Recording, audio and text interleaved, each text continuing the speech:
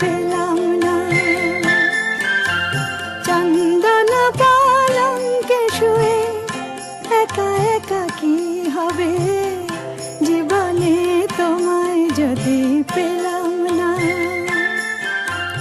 শ্বেত পাথরের রাজপ্রাসাদে থেকে আর কি হবে, জীবনে তোমায় যদি পেলাম না।